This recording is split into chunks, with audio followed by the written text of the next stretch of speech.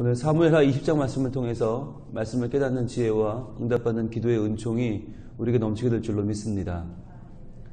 지난 사무엘하 19장에서는 압살롬의 죽음을 슬퍼하는 다윗의 모습이 나왔습니다. 압살롬, 내 아들 압살롬아, 내 아들 압살롬아, 차라리 내가 죽었어야 되는데 내 아들 압살롬아. 그 다윗의 눈물은 실은 죽은 아들을 그리워하는 아버지의 마음만이 아니었습니다. 그 마음은 자기의 죄악을 슬퍼하는 마음이었고, 그 마음은 그 깊은 슬픔을 통해서 하나님께로 돌아가고자 하는 다윗의 몸부림이었습니다. 그런데 그 깊은 슬픔과 통회와 자복이 온전히 이루어지지 못하고 중간에 끊기죠. 요압이라고 하는 장수가 찾아와서 아니 이럴 겁니까? 라고 하면서 왜 목숨 바쳐 구해줬더니 왜 우리를 기쁘게 맞이해줘야지 왜 승전한 우리 군사를 맞이하지 않고 이렇게 울고 있습니까? 그렇게 압살롬이 귀합니까? 라고 대항하면서 오히려 다윗의 슬픔을 그치게 하고 그를 성문으로 끌어안쳤죠. 자, 이렇게 온전한 회개를 해야 되는 자리에서 다윗은 온전한 회개를 하지 못하고 현실의 필요를 따라서 요압의 손에 휘둘려서 다시 왕위에 오르게 되죠. 자, 이것이 과연 어떤 영향을 미치는가 하는 것입니다. 여러분, 오늘 20장의 내용을 보면 어설픈 회개가 가져온 재앙이 어떤 것인지를 보여줍니다. 다윗은 지금 하나님이 세우신 왕입니다. 인간이 세운 왕이 아닙니다. 그렇다면 인간의 정치적인 계산에 따라 움직여야 될 것이 아니라 과연 나의 죄, 뿌리 깊은 우리아의 아내 밧세바를 범한 죄부터 시작해서 그 모든 죄들이 지금 이 아픔을 가져왔다는 것을 인정하고 하나님 앞에서 온전히 통회하고 자복하면서 하나님 나를 만들어 갔어야 되는데 다윗은 그렇게 하지 못했단 말이죠. 그럴 때 어떤 일이 벌어졌는가 오늘 20장 1절 보겠습니다. 마침 거기에 불량배 하나가 있으니 그의 이름은 세바인데 베냐민 사람 비그리의 아들이었더라. 그 나팔을 불며 이르되 우리는 다윗과 나눌 분깃이 없으며 이새의 아들들에게서 받을 유산이 우리에게 없도다. 이스라엘아 각각 장막으로 돌아가라 하매. 자, 갑자기 한 불량배가 나타납니다. 불량배, 세바라고 하는 불량배가 나타나는데 이 불량배가 야, 우리 이스라엘 지파들은 이스라엘 족속들은 다윗과 아무 상관이 없다. 자, 돌아가자. 자, 왜 이런 일이 벌어졌을까요? 오늘 20장 1절에 보면 마침 거기에 라고 시작을 합니다. 마침 거기에. 이게 참 중요한 표현이에요. 마침 거기라고 하는 말이 우리 사람들로 볼 때는 이게 우연이잖아요. 마침 거기에 그가 있었다. 아, 마침 그랬네? 그게 인간으로 볼 때는 우연이지만 이것이 하나님의 세계에는 우연이 없어요. 하나님의 말씀 속에는 이것이 다 하나의 포석이죠. 마침 거기에 세바라는 불량배가 있었다는 것은 그가 있을 수밖에 없도록 지금 하나님의 시간표가 진행되고 있다는 뜻이에요. 그러면 왜 이런 일이 벌어졌는가? 우리 바로 전장인 19장의 40절부터 보겠습니다. 19장 40절. 지금 왕이 제대로 된 통회와 자복을 하지 못하고 지금 어설픈 회개를 하고 어설픈 반성을 한 뒤에 지금 하나님과의 관계가 회복되지 않은 상황이죠. 자, 이때 어떤 일이 벌어지느냐? 19장 40절입니다. 왕이 길갈로 건너오고, 자, 건너왔다는 얘기는 요단을 건너왔다는 얘기예요. 요단 동편으로 도망을 갔다가 지금 압살롬이 쫓아와서 거기서 전쟁을 해서 압살롬을 이기죠. 그런 다음에 다시 왕이 요단강을 건너서 길갈로 옵니다. 길갈은 여호수아 때부터 아주 유명한 장소죠. 길갈이 꽤 넓어요. 그러니까 여기서 항상 전열을 정비하는 장소가 길갈이에요. 자, 길갈로 건너왔는데 김함도 함께 건너오니 온 유다 백성과 이스라엘 백성의 절반이나 왕과 함께 건너니라 그랬어요. 자, 재미있는 것은 유다 지파는 온 유다 백성이죠. 그러니까 유다는 전부 다 지금 다윗과 함께 있는데 이스라엘은요, 이스라엘 백성의 절반만 있어요. 자, 이게 어떻게 된 건가? 유다 지파들이 지금 왕의 복귀를, 왕이 돌아오신다는 사실을 온 이스라엘 지파에 알리지 않았어요. 그러니까 유다 지파 자기네끼리는 그걸 다 알아요. 그러니까 전부 다 왕과 함께 했는데 이스라엘 백성은 절반만 함께 했다는 거죠. 자, 그러니까 지금 유다 지파라고 하는 이 지파가 요압, 다윗을 빨리 정신 차리라고 하고 왕위에 세웠던 그 요압을 비롯한 그 유다 지파들이 지금 왕을 휘두르고 있는 거예요. 자기네 맘대로. 유다 지파 그 한 지파가 왕을 지금 자기 맘대로 휘둘러요.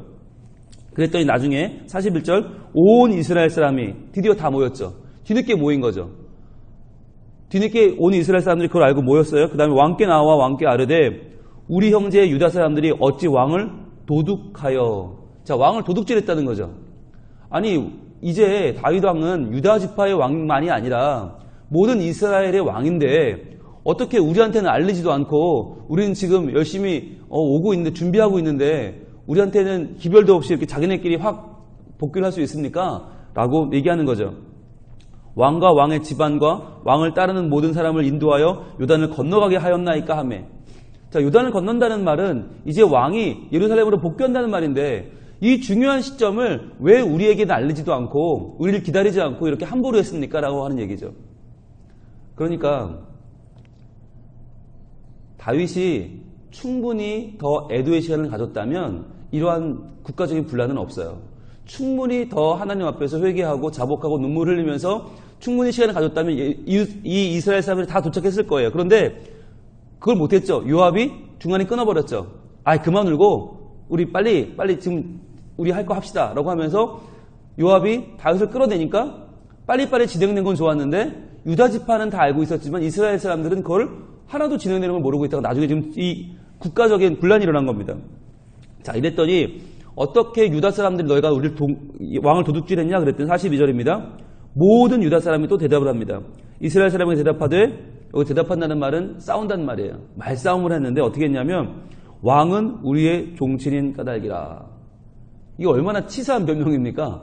자, 왕은 우리 종친이다. 왕이 유다 지파 아니냐. 그러니까 우리가 맘대로 하는 건데 니들이 뭔데? 이렇게 나오는 거예요. 참 졸렬한 변명이죠. 아니 자기네가 온 이스라엘 지파에게 알리지 않고 함부로 일을 했으면 미안합니다. 좀 우리 일을 하다 보니 그렇게 됐네요. 이게 아니라 왕이 우리 종친인데 니들이 뭐야? 이렇게 나오는 거죠. 우리가 남이가? 이러는 거죠. 그러니까 뿌리 깊은 지역 감정과 혈연을 드러내면서 왕이 우리 편인데 니들은 왜 남의 편이 와서 이렇게 딴소리냐? 라고 하는 거죠. 그러면서 너희가 어찌 이 일에 대하여 분내느냐? 자, 이제 너희를 비난하기 시작합니다. 우리가 왕의 것을 조금이라도 얻어먹었느냐? 왕께서 우리에게 선물로 주신 것이 있느냐?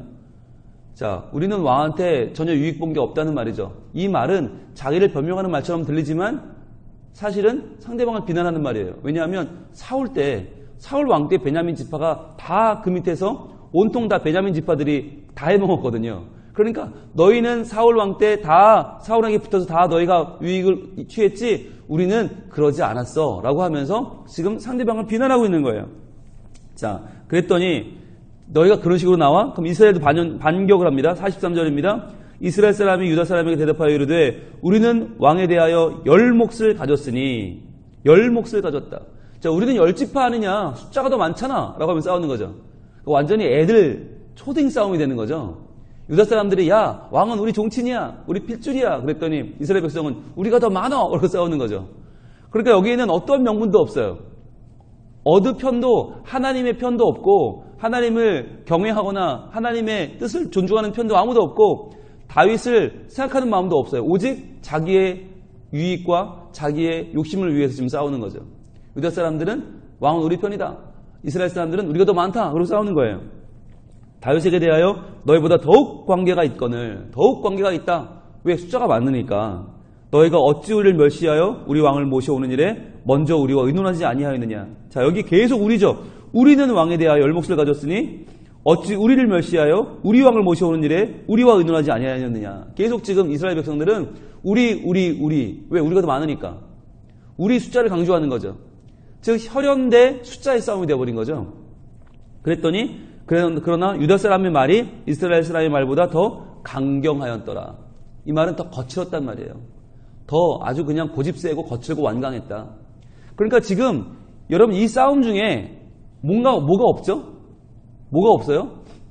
다윗이 없어요. 아니 정작 이 싸움을 해결할 사람은 다윗 아닙니까? 당사자가 다윗인데 다윗은 없고 유다 사람과 이스라엘 사람들이 서로 지금 감정 싸움이 되고 계파 간의 갈등이 되고 있죠. 이게 뭡니까? 다윗이 지금 정치적으로 아무 힘이 없어요. 밀려나 버렸어요. 왜요? 그간의 모든 죄악이 지금 다윗의 죄악이 쌓여서 더 이상 이제 다윗은 힘이 없어요. 자, 그렇다면 여기서 다윗이 힘을 다시 얻을 수 있는 유일한 길은 하나님 앞에서 온전히 자백하고 통회하는 길이었어요. 근데 그걸 하지 못했어요. 그러자 지금 온 나라가 대혼란에 빠진 것입니다. 이렇게 유다 지파와 이스라엘의 온 10개의 지파가 다 전쟁을 벌일 직전에 20장 들어가는 거죠. 마침 거기에 이렇게 되는 거죠. 마침 거기에. 그러니까 이렇게 다윗이 힘을 잃고 온 나라가 혼란에 빠졌던 마침 거기에 세바라고 하는 베냐민 사람 불량배가 등장하는 것입니다. 여러분, 베냐민 지파가 누구의 지파죠? 사울 왕이 베냐민이죠. 그러니까 지금 사울 왕의 베냐민 지파가 세워졌을 때 베냐민들은 무슨 생각을 했겠어요? 이제 대대로 우리 지파가 왕이겠구나. 아, 대대로 이제 사울 다음은 요나단이고 요나단 다음은 무비보셋이고 계속 우리가 왕을 해먹겠구나 했는데 바뀌었잖아요. 유다 지파로. 그러니까 지금 베냐민 지파는 가장 지금 불만이 많아요. 그러니까 이스라엘과 다윗이 하나가 되고 화합이 돼서 하나님 나라를 이뤄가지 않으면 제일 불만이 많아지는 사람은 베냐민이죠. 그 베냐민의 세바라고 하는 사람이 나타나서 뭐라고 합니까? 우리는 다윗과 나눌 분깃이 없다. 이세의 아들과 우리가 무슨 상관이 있느냐? 아무 상관없다. 이스라엘에 각각 돌아가라. 각각 우리 이제 다윗을 버리고 가자. 이제 다윗과 우리는 결별이다라고 하는 거죠. 자, 그렇게 했더니 2절입니다. 이에 온 이스라엘 사람들이 다윗 따르기를 그치고 올라가 비그리의 아들 세바를 따르나 유다 사람들은 그들의 왕과 합하여 유단에서 예루살렘까지 따르니라. 이제 완전히 유다와 이스라엘이 결별을 선언하는 것이죠. 이 둘은 나중에 솔로몬 왕 때 드디어 남북 왕국으로 갈라지게 됩니다. 그런데 그 남북 왕국으로 갈라지는 단초가 어디냐? 바로 여기예요. 여기서부터 이미 유다 지파와 북이스라엘은 이미 함께 할 수 없는 다른 배를 탄 것이에요. 왜 그랬냐는 거예요.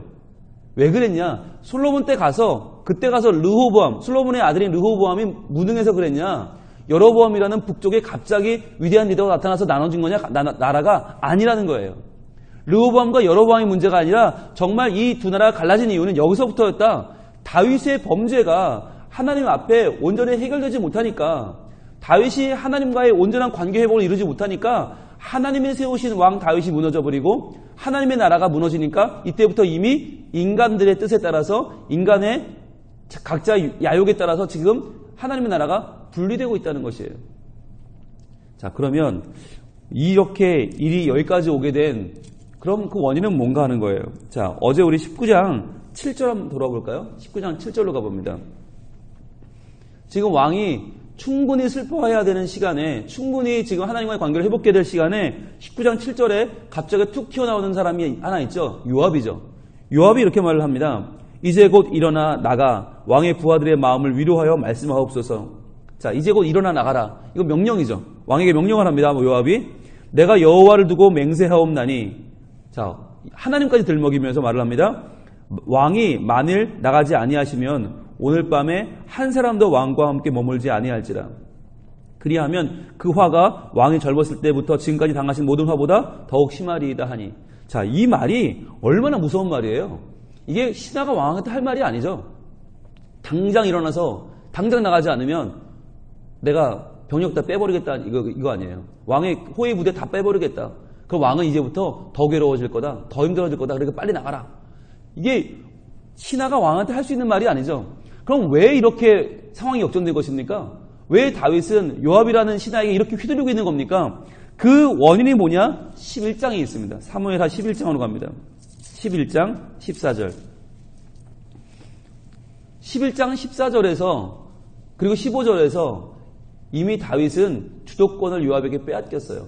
왜 빼앗겼는가? 그게 중요한데 11장 14절 봅니다. 아침이 되매 다윗이 편지를 써서 우리아의 손에 들려 요압에게 보내니 그랬어요. 다윗이 밧세바라고 하는 우리아의 아내와 정을 통하고 아이를 배죠. 그러자 우리아를 불러서 2번이나 그 아내와 함께 자게 하는데 우리아는 자지 않죠. 그러자 다윗은 어떤 방법을 씁니까? 편지를 써서 우리아의 손에 들려서 요압에게 보냅니다. 요압에게 보내요. 왜? 요압은 내 뜻을 알겠지라고 보내는 거예요. 보냈더니 15절 그 편지에 써서 이르기를 뭐라고 썼어요? 너희가 우리아를 맹렬한 싸움에 앞세워 두고 너희는 뒤로 물러가서 그로 맞아 죽게 하라 하였더라. 왕이 요압에게 편지를 썼는데 그 편지 내용이 뭐예요? 우리아가 들고 간 편지 내용이 뭐예요?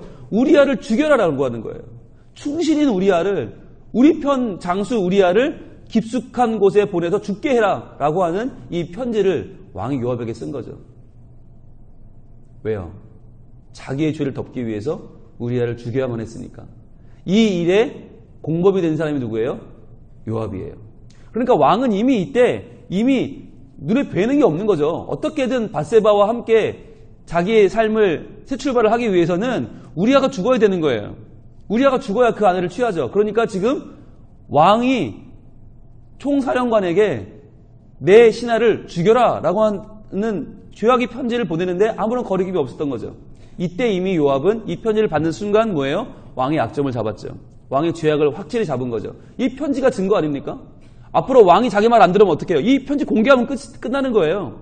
봐라, 다윗은 이런 인간이다. 이때부터 다윗은 요압에게 끌려가는 인생이 되었다고 하는 거죠. 다윗은 하나님이 세우신 왕입니다. 그 왕권의 중심은 하나님께 있습니다. 근데 다윗이 범죄하고 그 범죄가 요압에게 노출이 되고 그 범죄의 증거가 요압의 손에 들어가는 순간 다윗은 더 이상 하나님이 세우신 하나님의 왕으로서의 역할보다는 인간의 욕심에 따라서 끌려다니는 인생이 되었다고 하는 것입니다. 오늘 하나님은 우리에게 다윗처럼 하나님의 뜻, 하나님의 계획에 합한 하나님의 사람으로 우리가 세워지기를 원하십니다. 우리가 더 이상 우리의 욕심이나 우리의 계획이나 우리의 야욕을 이루는 삶이 아니라 하나님의 뜻을 이루어가는 사람이 되기를 원하세요. 그런데 그거를 안 되게 막는 그 반대 세력이 무엇이냐? 바로 우리의 죄라고 하는 거예요. 우리의 죄와 우리의 허물과 우리의 부족함이에요. 그렇다면 이걸 이기는 방법이 뭐냐? 하나님과의 온전한 회복이죠. 하나님과의 관계 회복이죠. 누구나 죄가 있어요. 그러나 그 죄를 이겨내는 것은 무엇입니까? 자기의 모든 연약함을 다 고백하고 다 내려놓고 자복하면서 하나님과의 관계를 하나하나 회복해 나가는 것인데 다윗은 요압이라고 하는 사람에게 자기의 약점을 잡힌 뒤로는 그런 일을 하지 못하는 거예요. 그러면서 오히려 나라는 사분오열되고 결국 압살롬의 반역은 진압이 됐지만 그러나 나라의 평강은 찾아오지 않는 거죠. 여러분, 우리는 생각합니다. 압살롬만 죽으면 되겠지? 압살롬만 없어지면 해결이 되겠지? 그러나 그렇지 않더라는 것이죠. 오히려 압살롬 죽으면 세바가 일어나고요. 세바가 죽으면 또 다른 사람이 일어나고요. 계속 문제는 끊이지 않아요. 더 중요한 건 뭡니까? 문제를 해결하는 것이 아니라 하나님과 나와의 관계를 회복하는 것입니다. 관계가 회복되지 않으면 죄 속에 머물러 있으면 문제는 계속 반복됩니다. 계속 그 문제는 해결되지 않아요. 하나를 넘으면 또 하나가 오고요. 하나를 넘으면 또 하나가 오고요. 계속 산 넘어 산으로 문제가 닥칠 수밖에 없다고 하는 것이죠. 그러니까 우리의 기도 제목은 하나님 압살롬을 처치해 주세요가 아닌 거예요. 하나님 세바를 처치해 주세요가 아닌 거예요. 우리의 대적이 중요한 게 아니라 더 중요한 것은 우리가 하나님 편에 서 있는가 하는 것입니다. 다윗이 하나님 편에 서 있을 때 다윗은 가장 강력했던 적인 사울을 피할 수 있었습니다. 사울의 손에 죽지 않고 오히려 자기도 사울을 건드리지 않고 오히려 하나님께서 자기를 인도해 주시는 것을 경험할 수 있었어요. 그런데 다윗이 하나님과의 관계가 깨져버리니까 이제는 왕위에 올랐음에도 불구하고 평안이 없어요. 이게 참 아이러니한 거예요. 하나님 편에 있을 때는 도망다녀도 평안했어요. 그런데 하나님 편에 있지 않으니까 왕위에 올라도 평안하지 않더라는 것이죠. 오히려 다윗 때문에 지금 유다 지파와 온 이스라엘 지파가 서로 안 보겠다고 싸우고 있어요. 오히려 다윗 때문에 더 큰 분열과 더 큰 반목이 이루어지고 있다고 하는 것이죠. 우리의 목표는요, 왕이 되는 게 아닙니다. 우리의 목표는 상대방을 꺾는 게 아닙니다. 우리의 목표는 승리가 아닙니다. 우리의 목표는 하나님 편에 서는 것입니다. 다시 한번 이 아침에 우리가 이 신앙의 진리를 우리 마음속에 굳게 잡을 수 있기를 원합니다. 내가 이기는 게 중요한 게 아니에요. 내가 이기면 뭐 할 건데요? 내가 하나님 편에 서 있지 않으면 그 승리는 아무 의미가 없는데 하나님 저를 이기게 해주세요라는 기도가 아니라 하나님 제가 하나님 편에 있게 해주십시오. 하나님 안에서 진정한 평강을 누리게 해주십시오. 이 기도가 우리에게 있을 때 하나님께서 우리와 함께 하시고 하나님이 우리를 들어서 이 시대를 하나 되게 하는데 화합하게 하는데 진정한 평강을 가져오는데 쓰임받는 하나님의 사람으로 우리를 들어 쓰실 줄로 믿습니다. 기도하겠습니다. 하나님, 우리의 생각과 하나님의 생각은 참으로 다르다고 하는 것을 우리는 본문을 통해서 발견합니다. 우리의 생각으로는 문제가 해결되는 게 중요하고 내가 이기는 게 중요하고 적을 꺾는 게 중요하고 왕이 되는 게 중요한데 하나님은 그보다 우리가 하나님 편에 서 있기를 원하십니다. 우리가 하나님을 인정하기를 원하십니다. 하나님을 경외하는 백성 되기를 원하십니다. 하나님의 뜻에 합당한 하나님의 사람으로 서기를 원하십니다. 주님, 저희들 이 말씀을 읽으며 다시 한번 우리의 죄를 돌아보며 회개하기를 원합니다. 주님, 우리를 용서하여 주시옵소서. 우리가 죄의 편에 서 있을 때에 우리의 승리는 아무 의미가 없고 우리의 평안은 진정한 평안이 아님을 고백하오니 주여 이 죄를 이길 수 있는 하나님의 선하심을, 하나님의 거룩함을 우리에게 허락하사 주님 이 죄와 완전히 결별하게 하시고 이 죄를 이기게 하시고 우리가 주님 편에 서서 하나님의 영광을 보며 주의 영광을 위하여 살아가는 주의 백성이 되게 하여 주시옵소서. 오늘도 이 하루를 살면서 저희들 승리를 구할 것이 아니라 쟁취하고 얻고 올라서는 것을 구할 것이 아니라 우리가 온전히 주님 편에 서기를 원합니다. 주님 뜻을 알기를 원합니다. 주님 마음 알기를 원합니다.